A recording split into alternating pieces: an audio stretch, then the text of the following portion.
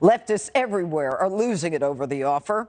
A Washington Post columnist saying this, quote, "I am frightened by the impact on society and politics if Elon Musk acquires Twitter. He seems to believe that on social media, anything goes. For democracy to survive, we need more content moderation, not less." All right, Dana, I'm going to start with you. Okay, so Zuckerberg says that this is not about money. He believes Twitter should be the open market square and open source. And he says it's important literally to the future of civilization. You mean Elon Musk, not Zuckerberg? Yeah, right. Elon Musk. Although Mark Zuckerberg might agree. I don't know. And the follow-up is Zuckerberg, who doesn't agree. But let's talk about Musk. Well, I do love the meltdown of everybody. It's interesting to me that for so many years, the liberals, and they had a good point. They said that they were for free speech and the conservatives weren't. And now everything is flipped around. And now all of a sudden, when you have somebody say, we actually should allow more speech and allow everybody to be on the platform, they're thinking, no, we need more control. And I also think it's really funny that so many people believe that the government could do this better than the private sector. That will not actually happen.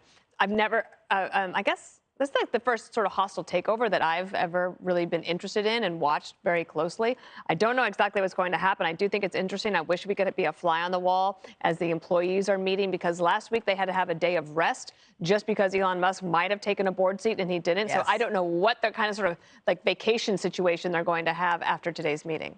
You know, Musk, Greg, did take a shot at Zuckerberg when asked about speech platforms like Twitter being controlled by one person. And then they made the reference to Zuckerberg with Facebook and then Instagram and WhatsApp. So it seems like Musk really has it in for Zuckerberg, and he's not happy with what Zuckerberg did.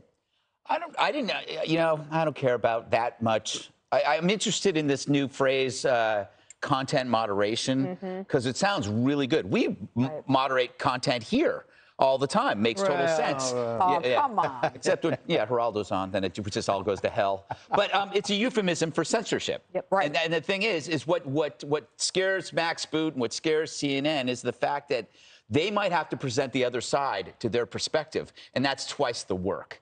And they don't want to do it. It's not about Musk. Musk isn't going to bury something like a laptop. He's going to unearth the other potential counterpoints. But what you said, hostile takeover, it is actually, he's undertaking, this is what makes him an American and a global treasure. He's undertaking a hostile takeover of a drug cartel, because Twitter is the drug that all journalists are addicted to, right? The drug is manipulating stories, narratives to create discontent and division, and they can't get enough of it. And that's why they're so upset that they're going to lose this drug.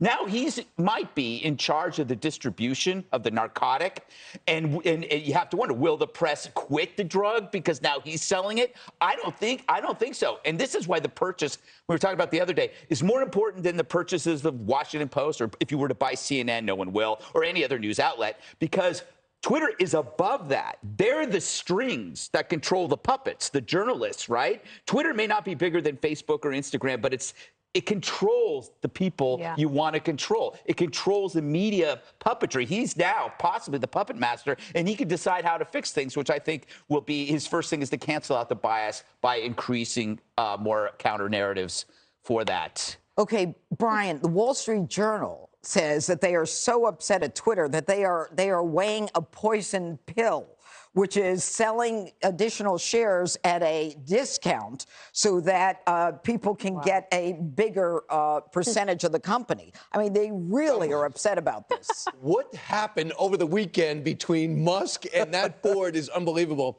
Also, just for the record, in case you do your research, after I do Gutfeld show, I do call in for a day of rest. Yes, that's true. And I ask myself, why did I do that show? We have to bathe. I need a rest right now. Right, okay. A couple of things come to mind. I love when you watch things happen in Washington, you know exactly what they're going to do. You can see this game being played out. We take our sides and we stand where we stand. I don't know what Elon Musk is going to do. It's so good to see somebody that is ahead of everybody. And I'm willing to say, so much smarter than me, so much more. I mean, I'm going, he's our Edison. This is our Thomas Edison. This is our Da Vinci of our generation. So let him go. I do believe he has a plan B. There's something we haven't discussed. But I think this is it. When he got Starlink, and he put it in Ukraine. Yes. And he saw that he affected the outcome of a war. He said, I have all the money in the world. I'm already making a difference in space and on the ground in electric cars. I believe that I could change free speech, not for Trump and not for Biden, but for the country. So that's what he's about. I believe that's the big picture. Yeah, he's all about creating a blueprint and not following one. And, you know, in that regard, what about the Tesla shareholders? Are they now worried? They're saying that their guy is now, you know, getting involved in ultimately politics because free speech is all about saying, I believe in the First Amendment and I'm going to let everybody talk. That means the left is coming after you. But isn't it interesting that the 5 people at this table all are fans of Elon Musk? I don't think that I overstate all of us are. that. I am. It's an asset to the country. So look at the bridge of the scope of ideology and philosophy that entails. So the good news from Twitter's point of view is that he values the company over $40 billion. So everyone's going to get rich. The bad news is that he says that it needs to be transformed. You know, I don't know what needs to be transformed, except that when Trump got thrown off, I lost 50,000 followers. How did that happen? 150. So at Geraldo Rivera, by the way, at Geraldo Rivera. Shame. It's a lot of bots. But listen, I trust Elon Musk. I trust him. Period. I trust him. Everyone at this table I would does, trust him right? to be president of the United States. But you're the big investor, but don't you think that Elon Musk blew up the room? He blew up and said, "This nobody tweets. Barack Obama doesn't tweet. These guys don't tweet. So all these the biggest users aren't using it." He said it's a terrible platform. It doesn't matter. Without Musk, it's not worth anything. So he blew up the place. If he doesn't buy it, it's in tatters. If they don't use it, it's their disadvantage. But I got to tell you one more thing. The Saudi prince Al-Walid bin Tabal Al Saud is one of Twitter's largest shareholders. He's trying to make an offer to buy it because he believes that Musk with electric cars is undercutting the power of Saudi oil. That's interesting. I mean, there are so many levels to this as you peel Anyone back the Saudi onion. doesn't like, I like. Do you know what the deadline is for the deal, right? What is it? 420. You know what the price he offered was Light up, 542. light up, Greg, light up. All right, Yeah, go ahead. we're gonna have a special next Can I time. bring up one more thing? Yes, go right Tom ahead. Brady has the best sense of humor. He said, hey, Elon, if you buy this thing, can you get rid of my combine photo? Because this is the most sought-after photo. That's Tom Brady at 22. He obviously met a supermodel, got a tan, and competed a bunch of passes since All right, that. thank you for that. Hey, Sean Hannity here. Hey, click here to subscribe to Fox News YouTube page and catch our hottest interviews and most compelling analysis. You will not get it anywhere else.